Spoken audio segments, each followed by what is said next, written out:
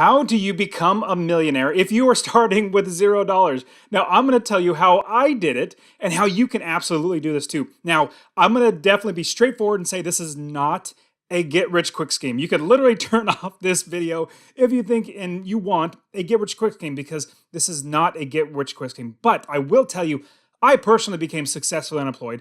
I quit my job at 37 years old, and I will never ever have to work another job again because I have money coming in, because I have real estate, I have businesses, I have assets, I have all this other great stuff. And I want to show you exactly how to do that. Now, as you are starting out, you might be at zero, you might have a little bit of money, you might have some money, but there are so many key principles that you're going to need to know if you want to be wealthy and if you want to be rich, if you want to be a millionaire, especially if you're starting with zero. Hey guys, my name is Dustin Heiner with Master Passive Income, and I want to show you how to quit that JOB, that just over broke job, by investing in real estate rental properties so you never ever have to work a job again. Now let's look at how you can become wealthy. How you can become a millionaire if you're starting with zero. Now, there are some key principles that you're absolutely going to need to know and actually implement in your life right now, because there is no such thing as a get rich quick scheme. I mean, there might be for a very rare few, but if you look at any of the millionaires that are out there, people that are wealthy, that have money, that have means, that travel the world, buy fancy things,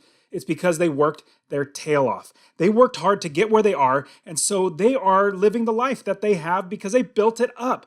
Now, you can absolutely do this too. Now, the first thing that you need to do in your life is get out of debt. That's the number one thing that you need to start doing, is work your way to get out of debt. And I do have plenty of other videos teaching you how to get out of debt. My personal favorite is the snowball method, where you're paying off one debt. I don't need to go into that. There's so much in there. So check out the description for the video on how to do the snowball method, how to get out of debt. So the first thing is getting out of debt. Now, debt is basically borrowing money from a bank. Borrowing money from a bank to buy something so that you would pay it off later, and then they charge you money. They basically are saying, we're going to rent you our money, you're going to pay us our money back and interest and more. If you're doing that, you're just literally throwing money away. It's just going into the garbage. You should not do that. In fact, what you should do is actually be lending your money. That's the end goal, is to where you're like a banker, where you're lending your money. Or if you're like me, buying real estate and having people rent out that rental property and making you money, which we'll get into in just a little bit. Now, as you're cutting out your debt, what you're going to want to do is realize that you stop digging the hole. Like, don't get further into debt, but now get out of the hole. So here's the way that you're going to do it. Now, the second thing that you need to do is to cut your expenses.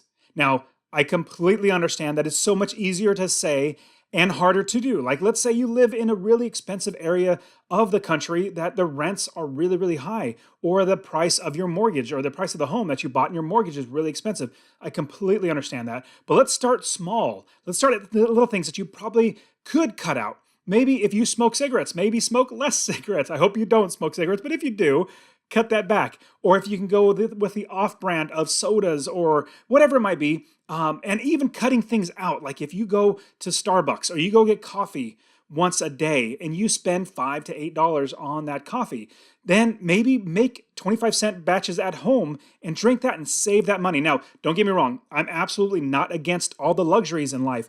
But right now, as you're building up your wealth to become a millionaire, you want to cut back things. You want to sacrifice things now for the future. There's a term. It's called delayed gratification. Most people don't know what delayed gratification is, or they don't even apply it into their lives. Now, delayed gratification is delaying or putting off something that is good for the future, as opposed to trying to get it right now. Now, when you have delayed gratification, you're saying, I'm going to forego or stop or not have this latte or this cappuccino, because that extra $5 is going to go to where I'm going to be able to invest that and make money from that. So what you want to do is look in your everyday expenses to cut out things. Now, when you are wealthy, when you have plenty of money, when you have money coming in and you can quit your job, you can travel the world, buy whatever you want, then get those luxuries, then afford those things. You can put those things back into your life. Now, I will tell you, one little caveat is, more than likely, you're going to be like, man, I don't know, I never really needed that. Like, I'm not going to miss that anymore. Things that I used to spend money on that I cut out, I just realized, man, I really didn't need those. Like, it's okay, I'm gone now. And so that is going to be helping you, as well as getting out of debt and cutting your expenses. So you're not going to be digging the hole any deeper in your debt, and you're going to be climbing out of it. So if you're spending less money, hopefully you can use that money to pay off your debt. Now, if you already have your debt paid off, you have your cut expenses already, you're doing great. The next step is to increase your income. Now, if we're going to be millionaires, we need to have more money, but we also need to buy assets. We need to increase our income. And so what you can do is go to your boss and say, hey, boss, I've been working really hard for you, and here are the reasons why you should give me a raise. Number one, I am killing it in sales. Number two, I'm doing this. Number three, I'm doing this. And it's going to benefit you, boss, if you give me a raise because I can work that much harder for you. That will hopefully increase the amount of money that you bring in. Another few things, you can absolutely get a side hustle or work on the side. If you create a podcast and have sponsors on your podcast, or you have a YouTube channel, or you buy and sell things on eBay, if you find things at like a flea market or a yard sale, and then you realize, hey, this is worth like 10 times what I bought it, let me sell it on eBay or a Facebook Marketplace or something like that. That is a way to generate more income.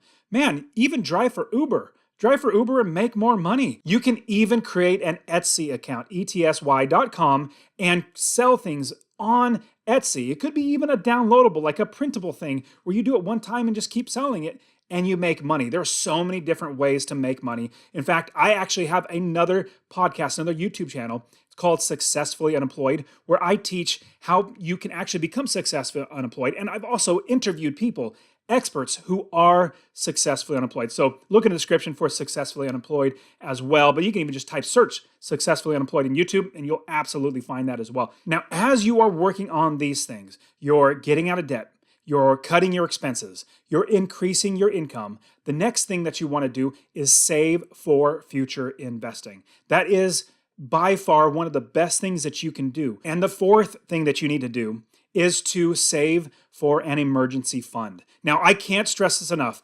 All those students that I bring on, see, I invest in real estate rental properties, and I help them to buy real estate, buy rental properties, make $250 a month in passive income every single month from every single property they buy. Now, if they make $250 from one property, that is $3,000 extra a year in passive income. If they have 10 properties, that's $2,500 a month in passive income. And that is $30,000 in passive income every single year if they buy real estate rental properties. Now, what they need to do though, and before I take them on as coaching students, I say you need to save for an emergency fund. Now, an emergency fund is just what it sounds. Let's say you're driving your car to get back and forth from work, or you're driving for Uber to make more money, but your car breaks down. Well, you don't want to go into debt. You don't want to pull out your credit card and actually utilize your credit card to pay for this expense. You don't want to get into debt. This is your emergency fund so you don't go into debt. So this emergency fund, my suggestion is $2,000 in an emergency fund at the bare minimum. You want to get to $2,000. Now, once you get there, you're on the road to $1 million. $1 million in money as well as in assets and in all of wealth. And the fifth thing that you want to do is subscribe to my channel and like this video, because I want to continually give you so much great information on how to invest, how to become wealthy, how to invest in real estate rental properties, create passive income so that you never have to work a job again. So that's the fifth thing. Now, the sixth thing, what you want to do is you want to save for future investing. I want to see you get to $10,000. All the students that I bring on in Master Passive Income and the Real Estate Wealth Builders, the minimum they have to have is $10,000 in order to start investing. Now, I will say it's absolutely possible. It is absolutely possible to invest with $0. It's just very, very hard. It's very, very hard. And trust me, if you go down that route, you can do it. But it's going to be so hard on you that you might be giving up. And we don't want you to give up. Work hard to get $10,000. Once you have $10,000, we can buy that first rental property. Now, I know you might be thinking, well, I live in San Francisco or I live in New York or something like that where it's really, really expensive. You do not have to invest in the area that you live.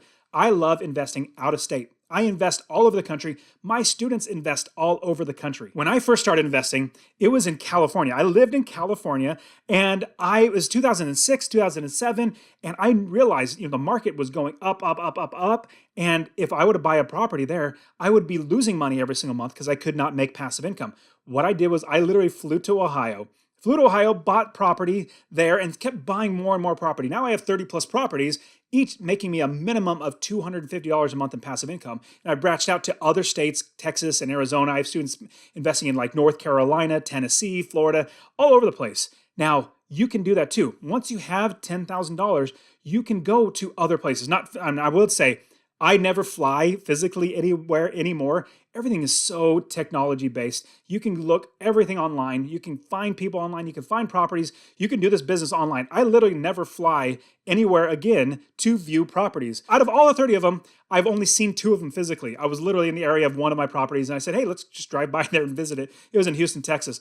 And that is amazing when you think about it. But for me as an investor, it's easy. I don't need to worry about my properties because I have other people running my business for me. So once you have $10,000, we can buy your first property. Let's say Tennessee or Oklahoma or North Carolina or Florida or anything like that.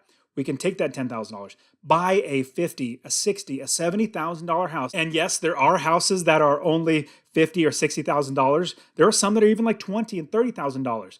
We can buy those properties with your $10,000 and make you a minimum of $250 a month. I'll give you an example. One of my students, he literally bought a duplex with 0 of his own money down. He had a few other properties, so he had experience, so he was able to get private money. He was able to get hard money. He was able to also get a mortgage. He was able to put all that together and buy a property. I have another student that just bought in Memphis, Tennessee, and he literally put money in and then took his money back out. He refinanced the property, cashed out all that money back out, and then bought the next property. So many great things I'm going to show you.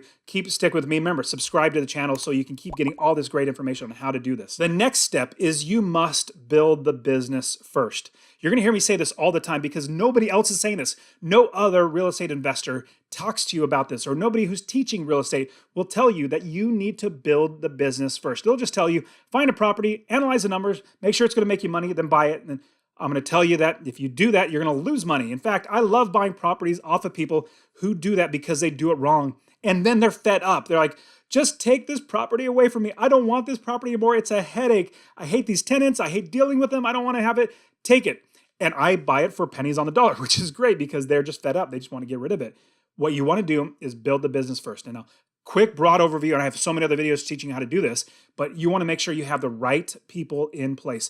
Property managers, realtors, home inspectors, wholesalers, roofers, plumbers, handymen, contractors, all these other people. You want to have all these people ready to do work for you in the business. Now, here's the biggest thing out of building the business is you're going to have your property manager. They're like your quarterback. Your property manager is your quarterback, making sure that you're scoring, making sure that you're making money. Now, here's the big pro tip I'm going to give you. You hire the right property manager, and there are tips and ways to actually find the right and hire the right property managers, not ones that are going to steal from you, but you listen to them. They are the experts. I'll tell you, I have hundreds of students who invest all over the country, and they ask me, well, Dustin, what do you think about this area? I'm like, well, I'm not the expert. You're not the expert. Who is the expert? It's the people on the ground working there. So as you're buying your properties, you're not buying them unless your property manager or your realtor or your home inspector, like everybody else, signs off on it. They're the experts. We're going to rely on them. Now, once you've built the business, you have the right people in place, then you go out and you buy your first rental property. Now, you've already done everything else from cutting your debt to increasing your income, cutting your expenses, saving your money. Now we got to start growing that money. We need to start making you more money. Now, there's only so much time in the day. You can't just get a second, a third, a fourth, or a fifth job. In fact, all you're doing with a job, and I like to say it's just over broke, J-O-B, just over broke. You're living just over broke because your boss is only paying you enough to keep you working and not so much that takes money out of their pockets. Now, you need to get paid for your value. When you work a job, you're trading an hour for money. We don't want to do that. We want to get passive income that makes us money over and over again. The properties that I buy, that I make $250 a month in passive income, when I buy those properties, I literally don't do any more work on those properties and I make money year after year. And then I could pass that down to my kids and they can make money year after year. And I'll tell you, I literally only work 30 minutes, not a day, not a week, 30 minutes a month on all of my real estate investing because I built the business first, because I have people running the business for me, and I just make sure they're doing their job in a 30-minute period. Just look at the statements and say, okay, everything's good. Let's move on. you can do that too. The next step, and this is crucial, once you buy that first property that's making you $250 or more in passive income, do not spend that money. Do not spend that money that you make, that passive income that you make from that one property. You save it. You save that money so that you can then buy the next property. So if you take that $250 and you go get a car payment on a new car, you don't really need it, but you're like, I have money, so let me go buy a car. If you do that, you're basically eating all the profits right away. You're not able to grow that. Now, I'll tell you, this is how I did it. I did everything I've just told you how to do, and then I took that $250. In fact, my first property was like $381. I remember that check specifically. I got my check from my first property manager, $381. I didn't do a thing. The property did all the work, my property manager did all the work, and my bills were paid. That was $381. And I realized if I got 10 properties, that'd be $3,110. Wouldn't that be amazing? Now, here is also an amazing thing. I literally do not pay my insurance. I don't pay my taxes. I don't pay my mortgage. I don't pay my property manager. I don't pay any of that stuff. My tenants pay those things. And I make money in passive income. That $381 is on top of all that other stuff. I just made passive income. So what you want to do is take, like I said, that minimum of $250 from that property, save it. In 1 year, that's $3,000 extra dollars to buy your next property. It's going to be like a snowball. You get a snowball, you're on top of a big mountain, and there's snow all over the mountain. You throw that snowball, it starts rolling down the hill. At first, it starts really small and not as fast as it could be. It's kind of slow, but it grabs a little bit more snow and gets heavier. Then it grabs a little bit more snow and gets heavier and gets faster and heavier and faster and just keeps getting bigger and bigger and bigger as it goes down the mountain. That is what it looks like with passive income. You take that $250, you buy the next property that makes you $250. That's a total of $500 in passive income from 2 properties. Fast forward, you get to 10 properties. That is $2,500 total in passive income every single month. That's $30,000 a year. You can buy at least 1 or 2 properties a year from those properties. It just keeps getting better and better. So keep turning that into that next property. Now, here's the best thing about this is you do it all over again. Do it all over again, and over again. And here's what happens for me. As I buy my next property, I make more money. Then I make more money to buy that next property, which makes me even more money. Every single property that I buy, I make more money. And what's so great is I've gotten mortgages, I've gotten hard money, I've used credit cards. I've literally used credit cards to buy properties. It's an advanced strategy. Don't jump into doing that. It's an advanced strategy I can show you how to do. But as I did that, I made so much money that I was then able to pay off all the debts, the credit cards, the mortgages, the private money, all that sort of stuff. I literally paid those off. And now out of the 30 plus properties, I want to say maybe 4 or 5 mortgages out of all of them. Everything else is paid off free and clear. That's literally wealth. Now, when you look at your wealth, if you want to be a millionaire, it's cash and assets, things that make you money and things that are worth more. If you have 10 properties that are worth $100,000 each, that's $1 million right there. You can absolutely do this. And I want to show you how to do this. Watch this video right here. Subscribe to my channel. You guys are awesome. Become a millionaire. You absolutely can do this. We'll see you guys.